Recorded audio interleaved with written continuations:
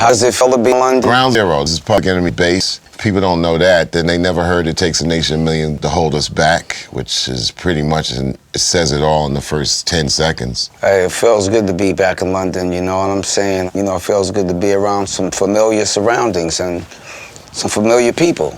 Beginnings of Public Enemy were formed as this unit that was a little bit more than Run DMC, which was 2 MCs and a DJ. Well, we had that element, sort of, with myself and Terminator X as the DJ, and I was the rapper.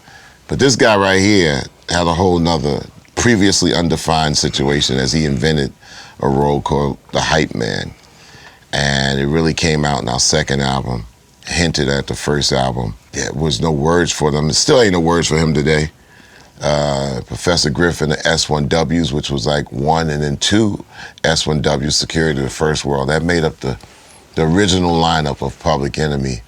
6 people, 2 S1Ws and movements, which came from Dougie Fresh advice of moving S1Ws.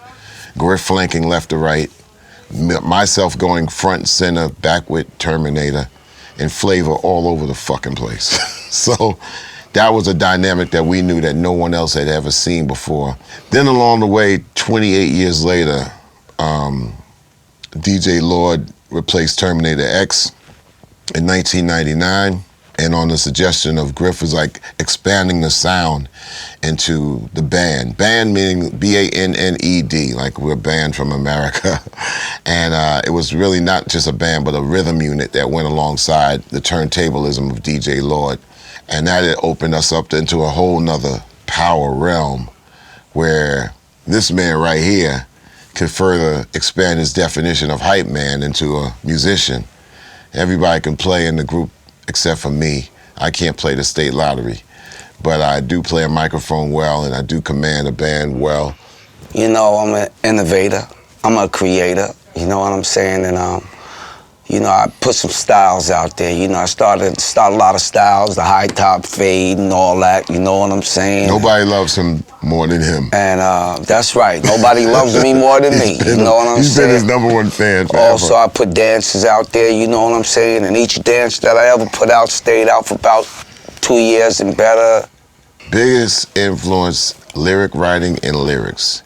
I always like how Melly Mel, when I first started, Melly Mel's use of words and diction, I thought was impeccable. I always liked the simplicity of the way DMC was able to bring it. And that was pretty much the 1980s. Before that, you know, people that we grew up with, like Carole King, Sly and the Family Stone, you know, James Brown, Smokey Robinson. I mean, these are songwriters, so we was able to incorporate that. Message music. That's right. Bob Marley. Bob right. Dylan, Bob Womack, all of them influences. The Public Enemy logo came about 1986, but 85 was around the time. When I robbed Chuck D's house one time and stuff, you know what I'm saying? And I didn't even know that he was even seeing me robbing his garage. And I ain't gonna lie, but he was in his window with the BB gun, you know what I'm saying? And he had me in the scope. Mm-hmm. But you know what he didn't do? He didn't pull the trigger. Right. You know what I'm saying? He let me get away. Yeah, and I didn't put you in the scope. So he took that memory, and I he took put that, it in the and top. it never happened. What happened is I used to make logos. I'm only joking, y'all. I'm just only joking. Go ahead, tell him, Chuck. I used to make logos for groups that didn't exist because we wanted to promote shows from WBAU. Graphic designer. Which he was like an incredible DJ for WBAU as well. And what we did is like we put other groups on it, but they didn't exist, so we kind of like would recruit people to fill these positions, and we wanted to give them you know, a logo just like, you know, just like the rock bands on Long Island had. Every band seemed to have a logo, and through those little trades that were going around promoting their gigs. And we said we could be the same way in hip hop and rap music. Public Enemy is a little different because you can take the logo and detach it 2 ways. You could take the Public Enemy by itself with the crossbar from Run DMC, and you could take the logo by itself and it still say the same thing. And I wanted to make a logo that you could detach just with an image that would say volumes. And here it is, almost 30 years later.